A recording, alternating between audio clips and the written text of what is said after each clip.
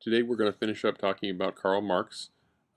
In this presentation we're going to talk about ideology and false consciousness, also praxis, which is essentially the opposite of alienated labor, and also we're going to discuss socialism and communism because I believe that discussing what his alternatives to capitalism are will help us better understand his critique of capitalism.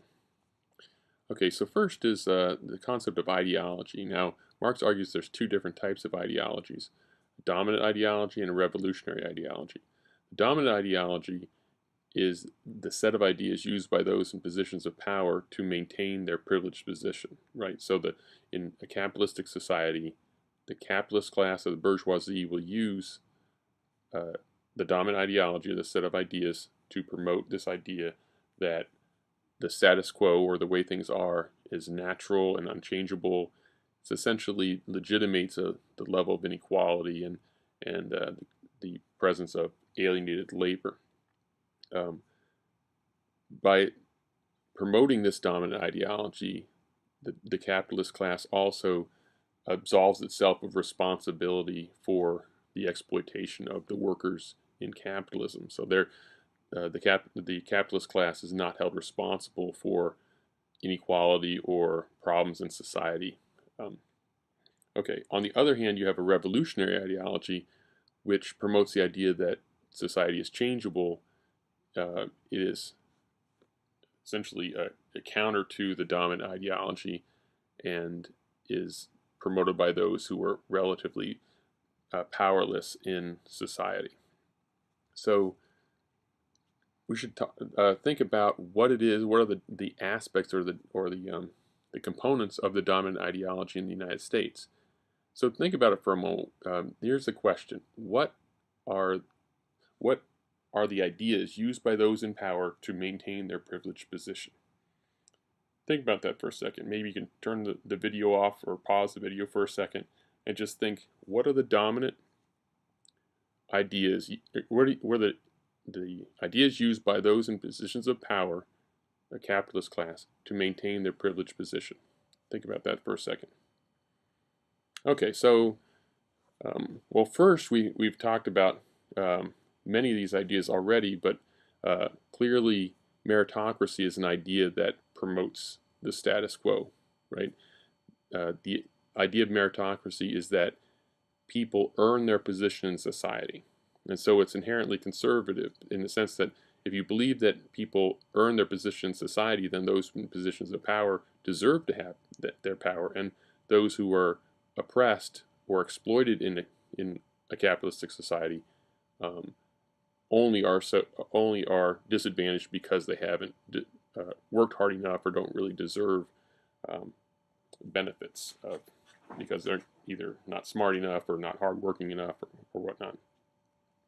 We're also taught to emphasize individualism in capitalism, right? And this is related to meritocracy, that it's up to you as an individual to be successful, right? We tend not to think about things structurally, we're not taught to think about things structurally. If we were, then people would have be more likely to challenge the system, right?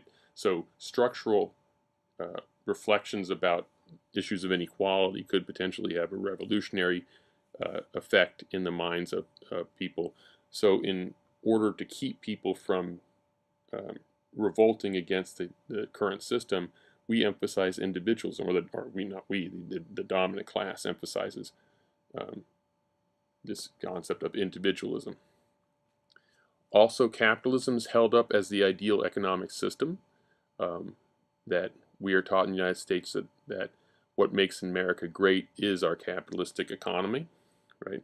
Part of that message is that we are free and we have liberty, and you'll hear politicians of all parties talking about freedom and liberty and holding this up as what makes America great, right? Now the question is, are we truly free? Is everyone equally free? Is liberty afforded to all people in our society? It's something you can agree or disagree about. You can think about it, but clearly the dominant class promotes the idea that capitalism is the ideal economic system, and because of capitalism, we are free and have liberty. We also have we also hear the idea that we are a just society, right? There is justice under the law.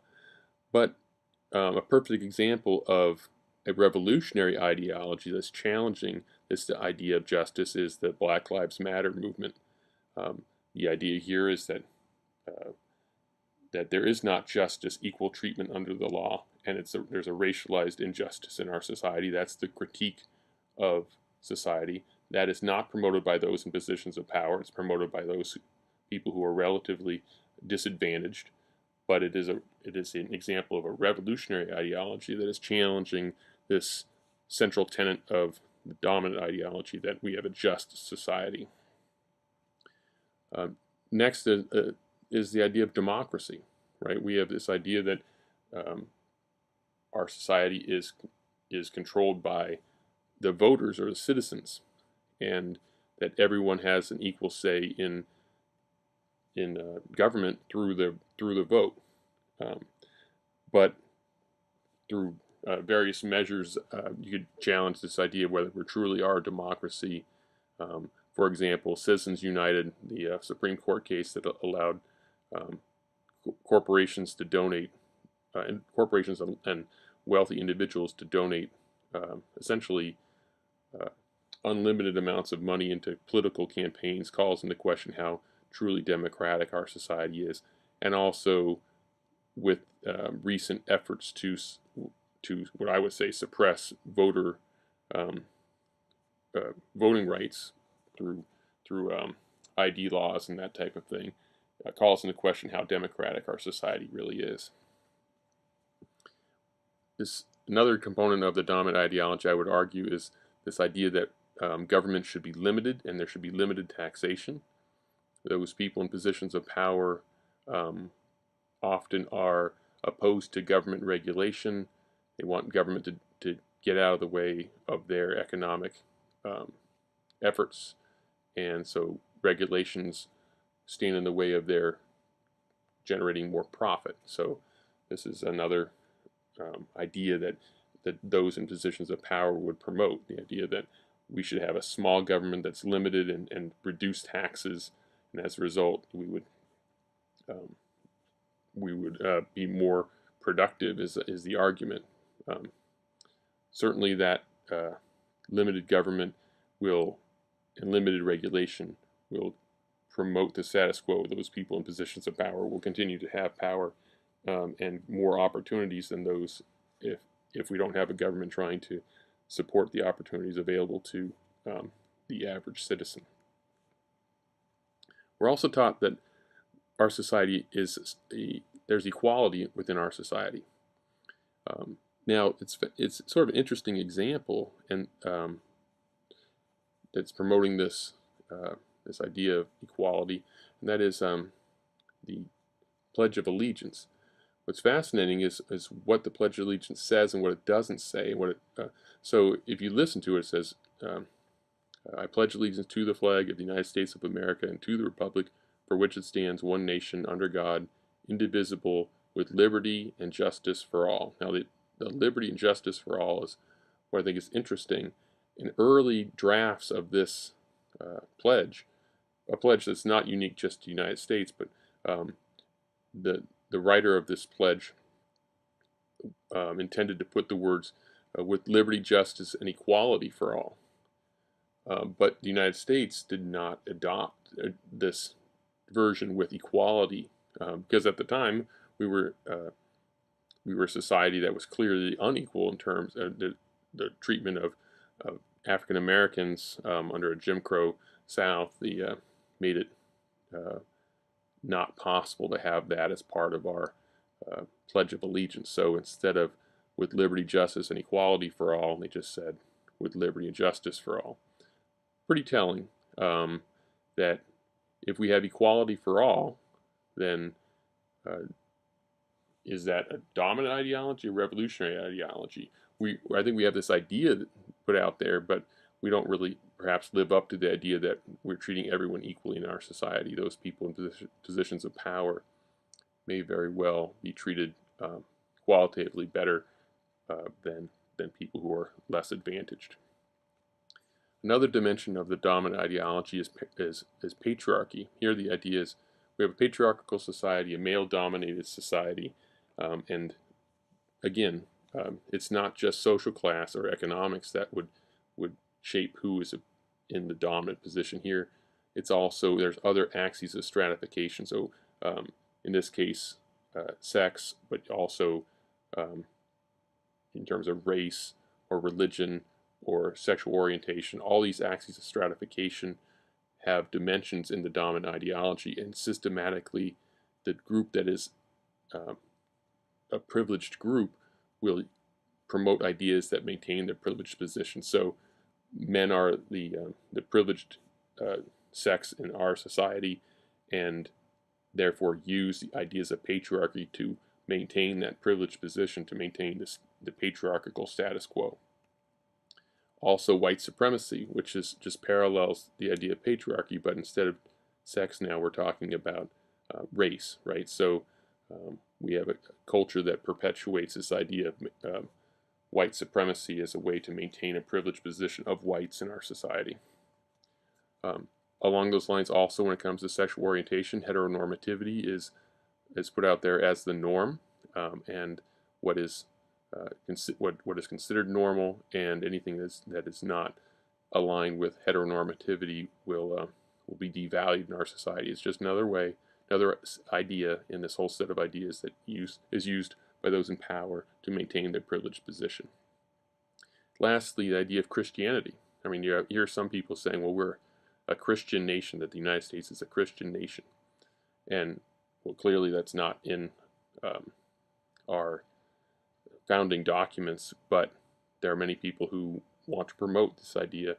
And again, this is an example of those people in positions of power. When it comes to religion, Christianity is the dominant religion in our society, and the dominant ideology is often used to promote the interests of Christians over other religions or people who are not religious. Okay, so this is an overview of different aspects of the dominant ideology. You can reflect on whether there are things that I'm leaving off of this list, and whether you think that, I mean, you can reflect about whether these ideas are in fact true. Are these aspects of our society that you agree with or disagree with? I think it's fascinating to think about this issue and how the dominant group can use ideas to maintain their privileged position. It's related to this Marxist concept of false consciousness. Now, if someone is accepting of the dominant ideology, sort of unquestioningly accepting what the dominant ideology is promoting, then they would be considered in what Marx called false consciousness. And this is something that he is critical of. He would argue that people have to be emancipated from false consciousness to escape false consciousness. And he's arguing that as long as individuals are in false consciousness, or people are, as a groups of people are collectively in false consciousness, that then we're not going to escape the exploitive relationships of capitalism. So when a whole group is, a whole class of individuals is in false consciousness, then Marx would refer to them as class in itself. Okay, so the idea here is he wants people to escape false consciousness in a widespread fashion, and that will give rise to potential change of the whole structure of society. But unfortunately, he acknowledges that often poor people feel it's acceptable to have this level of inequality, even though, or unequal exploitive relationships, even though they are disadvantaged by those relationships, because there's a pervasive idea among the poor that someday they will be rich and powerful, and they want to have the privileges of being rich and powerful when they get there. Okay, on the flip side, or the opposite of false consciousness, is class consciousness. Class consciousness exists when individuals or groups or classes of people have fully understand the relations of production and how exploitive the relationship between the bourgeoisie and the proletariat is. He's arguing that it is necessary to promote class consciousness and a clear understanding of this exploitive relationship. He wants this set of ideas to be understood by all people, and therefore, if it was understood in a widespread way, then the class would be referred to as class for itself. So a class for itself is a class that has class consciousness. In other words, a group of individuals who understand the nature of the exploitive relationship between the bourgeoisie and the proletariat. Marx would argue the only class currently in our capitalistic society that has class consciousness is the bourgeoisie or the capitalists. He would argue that they do understand the nature of the exploitive relationship between the capitalists and workers, but the workers of our society are not really in class consciousness. Instead, they are in false consciousness. Okay, switching gears to a totally different topic here. Well, it's related, but this distinction between true needs and false needs. Now, Marx argues there's some things that people are, there's some needs that are directly linked to human nature. And then there are other things, other needs that are produced artificially through capitalism. And we've talked about one of these earlier, and that is the idea of people being motivated by material gain. He argues that this is the dominant orientation among capitalists or people in a capitalistic society.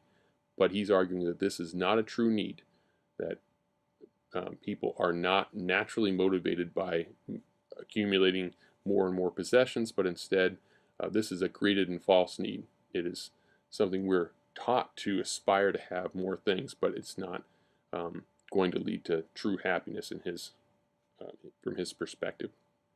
What are true needs that Marx emphasizes? Well, he thinks that people should be able to work and develop themselves as human beings, and also creating meaningful, passionate, deep relationships with other human beings. Those are true needs, but material possessions, material gain, those are false and created needs. Okay, so like I said, self-fulfillment, it's a natural and true need, right? So it's, like I said, these relationships with other human beings, but often we lose sight of that. We lose sight of what is truly going to make us happy, and we focus on these false needs, such as accumulating more possessions. So here's a sort of a graphic or pictorial depiction of these true needs and false needs. So true needs, again, are those relationships. It could be romantic relationships or family relationships, friendships, connections with other human beings. That is what Marx argued was what life is all about. Also, engaging in meaningful, productive work that was not alienated, not done for some external reward, but that is its own reward. Those are true human needs. But we often, like I said, lose sight of those needs, and we focus on other things, such as money or possessions like fancy jewelries or cars, video games. I mean, some people are so focused on video games that they don't actually spend time with other people. I have one friend, for example, who he plays this game called World of Warcraft, and he has several characters that are I don't know, the highest level. He just told me I guess the World of Warcraft keeps track of how often he plays these particular characters, and one of his characters had been played for 2,400 hours, which means that he has spent 100 days of his life 24/7 playing that particular character in this video game. Now, Marx would argue that this is a false need. It's not going to lead to true happiness, but capitalists promote this kind of focus on possessions or in this case, some virtual reality as a way to distract us from how potentially miserable our lives really are. And what he was arguing is that we should free ourselves from this meaningless type of um, activity and pursuit of possessions, and instead spend time developing meaningful relationships with other human beings. Okay, now how do we do that? I said one of the aspects of a true need is work. People have a need to work in a productive and unalienated way. So Marx did not believe that human beings were lazy. Quite the opposite. He believed that human beings had a need to work, whereas some of the pro-capitalist theorists we're going to talk about later, specifically Davis and Moore, they argue that human beings are inherently lazy and greedy and need to be motivated to work. Marx believes the opposite. He believes that we have a true need to work, and it's through that work, not alienated labor, but genuine labor through what he calls labor through practice. That is how people develop themselves, and that is a true human need. So, um, this labor through praxis should be a meaningful expression of human energy, right? It should be enjoyable. It should be unalienated. It should not be a means to some end. So you're not doing a job just to get a paycheck, but rather if you're engaged in labor through praxis, you'll love your job. You will wake up in the morning and can't wait to go to work, so you can do what you love to do. It will be its own end. But if you're going to a job that is just a means to getting a paycheck, then not you're not engaged in labor through praxis. You're engaged in alienated labor, and that's what Marx was trying to free us from, was that type of meaningless work which was only done for a wage. Okay, so this concept of praxis is the idea that you're combining your physical and mental abilities, and through work that is unalienated, labor through praxis, that is how you become everything you ought to be to realize your human potential. And this is the opposite of alienated activity, alienated labor. Someone who's doing a job that they hate and they're only doing it for some external reward, like a paycheck, will be torn down and exhausted by their work, not developed by their work. You ever think to yourself, I mean, how many of you have jobs that you love, or do you instead have jobs where you do it simply for a paycheck? Sadly, I think in capitalism, more often than not, the jobs that people do are done for a paycheck, not because people love doing the job. Okay, so again, long story short, praxis is a labor of love, right? When it says a fusion of ideas and matter, this is a combination of physical and mental abilities in an activity where both are developed. So what really Marx is getting at is that everyone has a potential or an essence, and it is necessary to work in an unalienated way, labor through praxis, and through that labor, that type of labor, people will realize or actualize their true potential, become what they ought to be. If you're engaged in alienated labor, you will not become what you ought to be. All right, another concept of Marx is emancipation. He was trying to free humanity from both alienated labor and false consciousness. So alienated labor is the activity that people are involved in. False consciousness is the ideological stance that people take.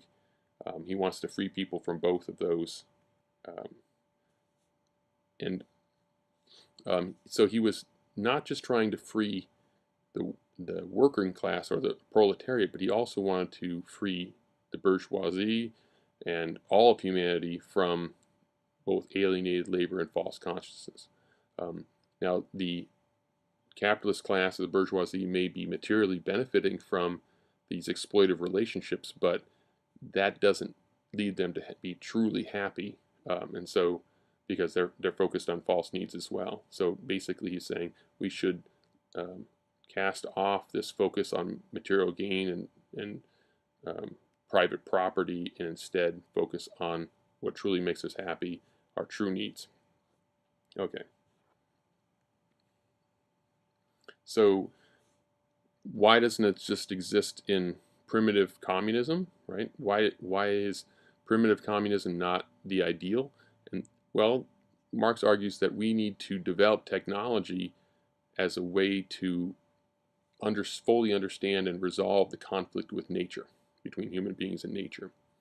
And capitalism is a necessary step along the way, because he argues within capitalism, capitalism is a system in which technology is developed, and greater technology enhances the possibility of human freedom, enhances the possibility that we move, in his mind, to the ideal utopian society of capital, or of communism. Okay, so he didn't believe that politics could force or push this this type of change or revolution forward. Instead, he argued that you'd have to have society would need to be prepared for these changes, and so there need to be social and economic forces or changes that take place that prepare society to change. And what is the final push that makes a revolution possible? He was advocating physical force. Now, I'm not saying that I'm not advocating violence or physical force in any way, but to be true to what Marx was talking about, he believed that a violent revolution was necessary, a violent revolution led by the proletariat, which would overthrow the capitalist class and ultimately move us from capitalism to socialism, and ultimately to communism. A quote on this point, he says, "Force is the midwife of every society pregnant with a new one." So once a society is ready for change, then the final push that makes the change possible is, in his mind, the violent overthrow of the capitalist class led by the proletariat. Okay, so we've talked a lot about Marx's critique of capitalism, but I think we also will benefit from a discussion of both socialism and communism. Excuse me. So, what are socialism's main elements? How is it different from capitalism? Well, first, people in socialism would produce in an associative way, not a competitive way. Now, if we remember back to our discussion of alienated labor, we are alienated relative to our fellow human beings. We see them as competitors. That would change when you transition from capitalism into socialism, because people would produce things in a cooperative or associative way rather than a competitive way. They'd also be producing things in a rational and unalienated way. So we would begin to understand the implications or the consequences of our productive process.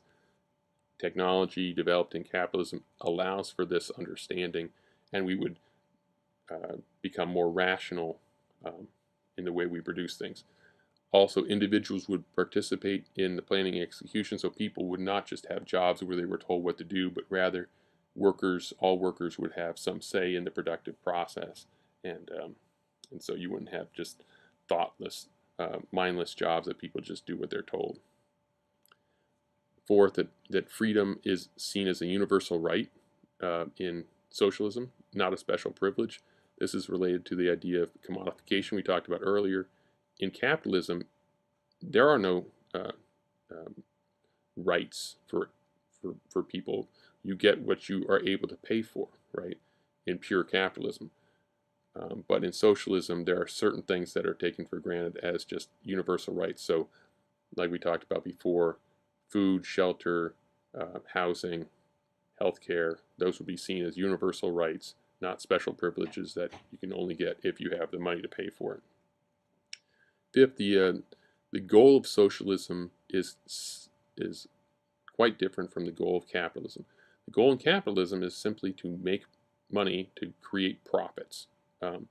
In socialism, we essentially reject that as the main goal, and instead the recognition and realization of man's true needs is what is the driving force behind socialism. Now, a fascinating idea here is that the idea that in socialism we as a society stay in the realm of necessity. Now, this is what many people who are very pro-capitalist have a problem with, and it requires you to think outside of the box that we're really socialized to live within, and that is, we are socialized to believe that we need to have certain possessions, to have things, and if we don't have those possessions, then we're somehow lacking.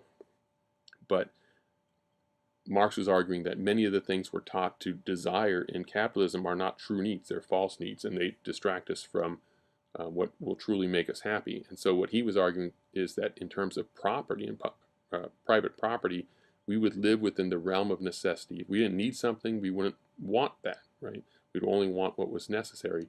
And the upside of this orientation, which is limiting our, reducing our wants, is that we would be able to shorten the work week. Right now, what is driving how much we work? Well, it is a calculation on the part of the capitalist class to maximize profitability.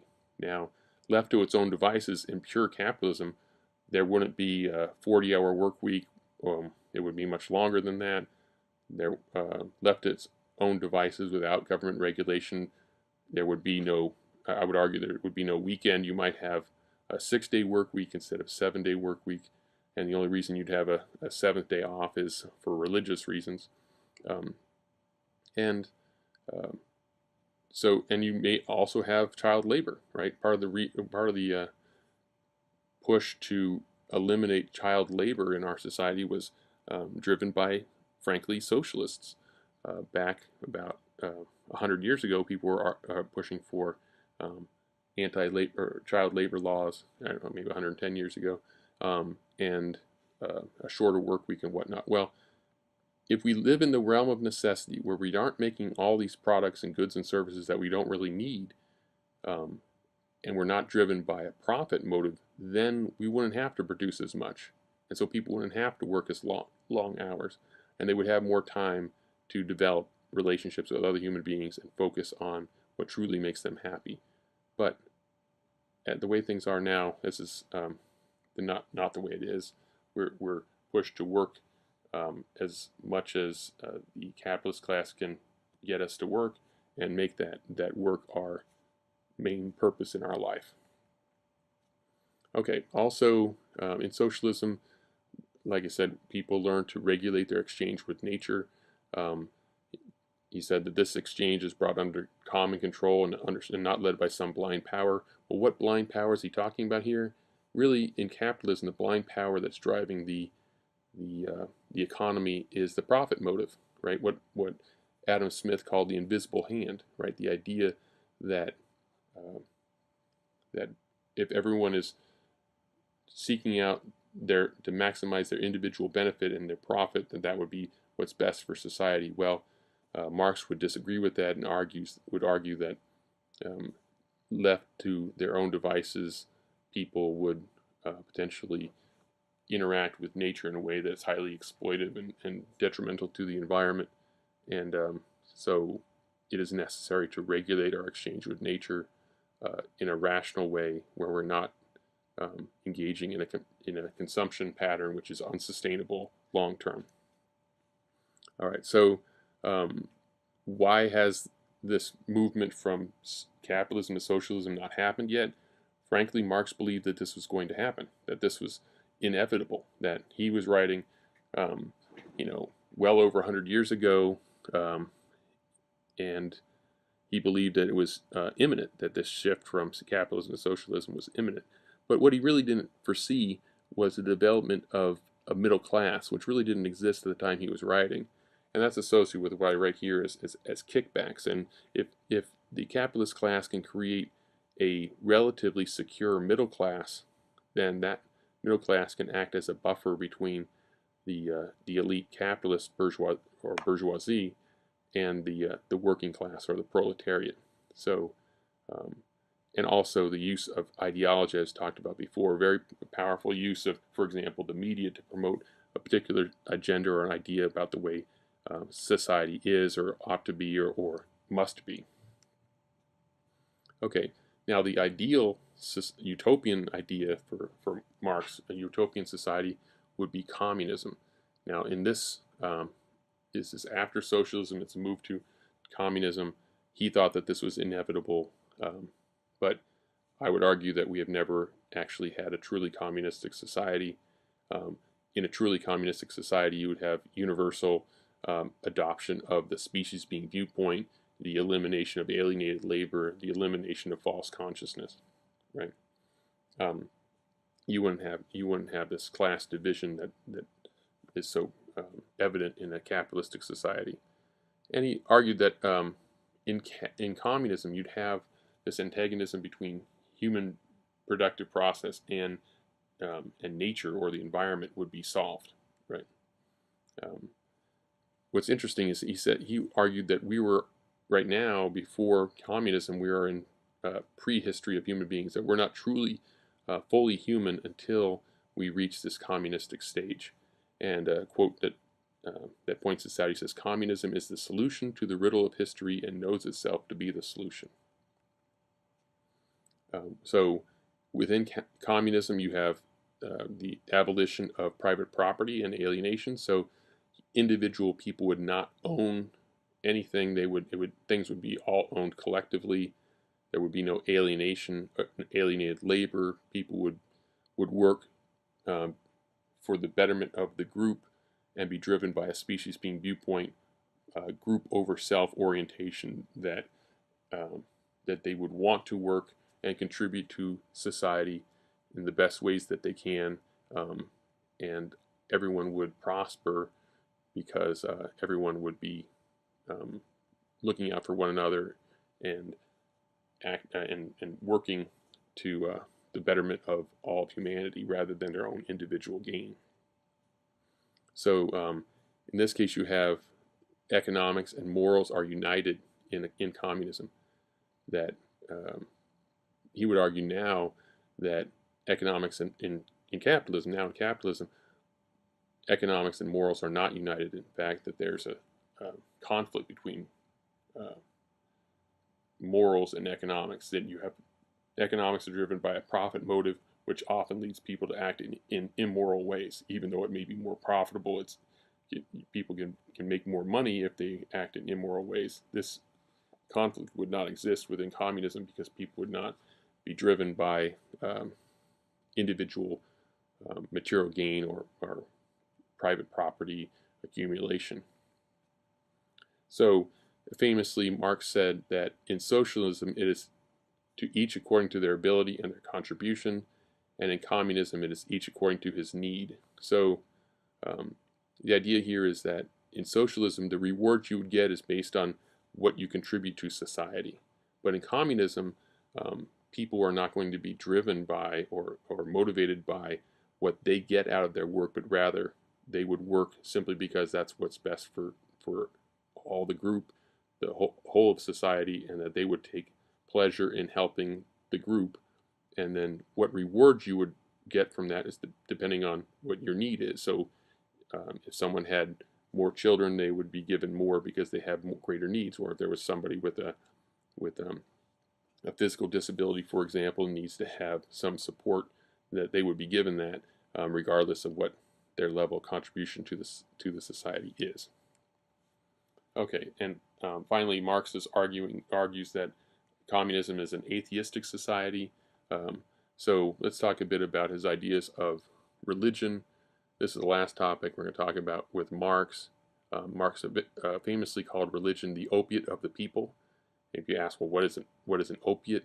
It's a reference to opium, meaning that it is a drug that um, that Marx believed that it pacifies the revolutionary potential. Religion pacifies the revolutionary potential in the proletariat. So I understand that many people listening to this may be religious, and I'm not trying to change anybody's or challenge anybody's religious beliefs, but I think this idea of the concept of religion is a very good example that helps us understand Marx's idea of false consciousness. He would argue that um, religion is a form of false consciousness. Now, if you keep in mind, he's coming from a assumption that there is no God or afterlife.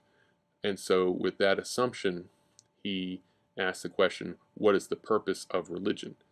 So, I'll take a stab at trying to give an overview about what religion is promoting. I was personally raised Catholic, so I can talk about that to some degree. I'm not a religious expert, but this is just something that fuel for reflection.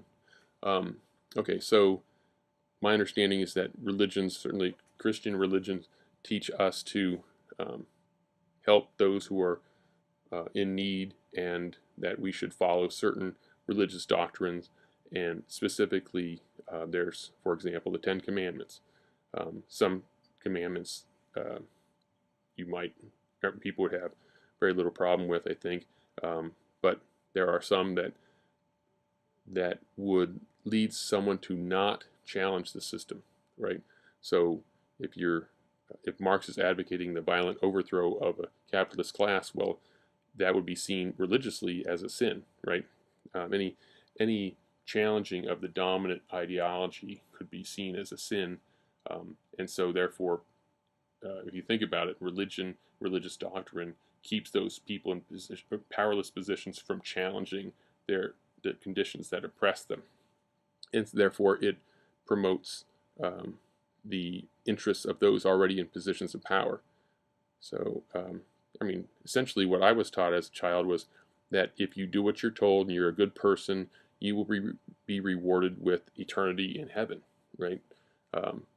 Forever get to live in a paradise.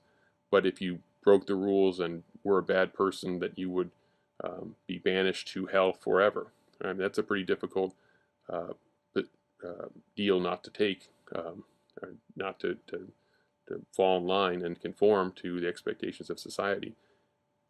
But as a result, it pacifies the revolutionary potential of the proletariat, right? It keeps people focusing on an afterlife which Marx didn't believe existed, and so instead he said he advocated people throwing off the chains of religion and trying to establish true happiness in their lives today, not worrying about some benefit that they're going to get after they die. So some analogies that Marx talked about, he says he saw religion as a chain of illusionary flowers that must be thrown off so man can see and smell real flowers. So the illusionary flowers are the promise of eternity in paradise, in heaven, that will go to those who are true believers. But much of the religious edicts keep people from really enjoying and enjoying their lives in this lifetime, and addressing their true human needs. Marx also wrote that religion is an illusionary sun that revolves around man as long as he does not revolve or does not move around himself. Essentially, that religion is an illusion that keeps people pacified and focused on some other, what he would say is false reward, and instead that people should focus on what's going to make them truly happy in this life. All right. So lastly, he says he's arguing that we should, as a whole society, end the conditions that give rise to religion. Religion exists. People he would argue, grasp onto religion because they are living in alienated conditions where they're exploited and oppressed, and that so they cling to religion because it gives them some hope. He would argue that that's a false hope of some paradise in the hereafter. Instead, he was arguing that religion should be abolished, and that it's a form of false consciousness that keeps the proletariat passive and accepting of their disadvantaged position in society. He also believed that some people believe that religion is necessary for someone to be moral. He didn't believe that. He absolutely believed that it was important to have morals and to be good people, and it was necessary to have moral values. But instead of the moral values being driven by religious doctrine, he argued that it should be driven by some social force. And that's what he's talking about with species being, the idea that people are driven to do what is right because they have a sense of what is best for the group rather than themselves. When people are individualistically motivated, they may care less about other people and therefore do things that are immoral in our eyes. And in capitalism, it's only the religious doctrine that is keeping people acting in moral ways. but Marx argues that this could be replaced with a social doctrine in a way that a social contract in which people will do right by their fellow human beings, not because some god or religious document tells them to, but rather that the sense of species being or what's best for the group is going to drive their behaviors in a positive way. So lastly, he argues that religion is alienating because it often may force people to act in particular ways, in prescribed ways. So it's limiting what people can do, and that and that constraint is a source of oppression and a source of alienation. Okay, so long story short, religion, I think these ideas on religion are useful in as much as we learn what Marx was learn about Marx's idea of false consciousness, right? I think it's a very good example of someone who's very religious from a Marxist perspective would be seen as false consciousness, and that they ought to start seeing the sources of their true oppression and live their lives in a way that would lead to their being truly happy in the here and now. Okay.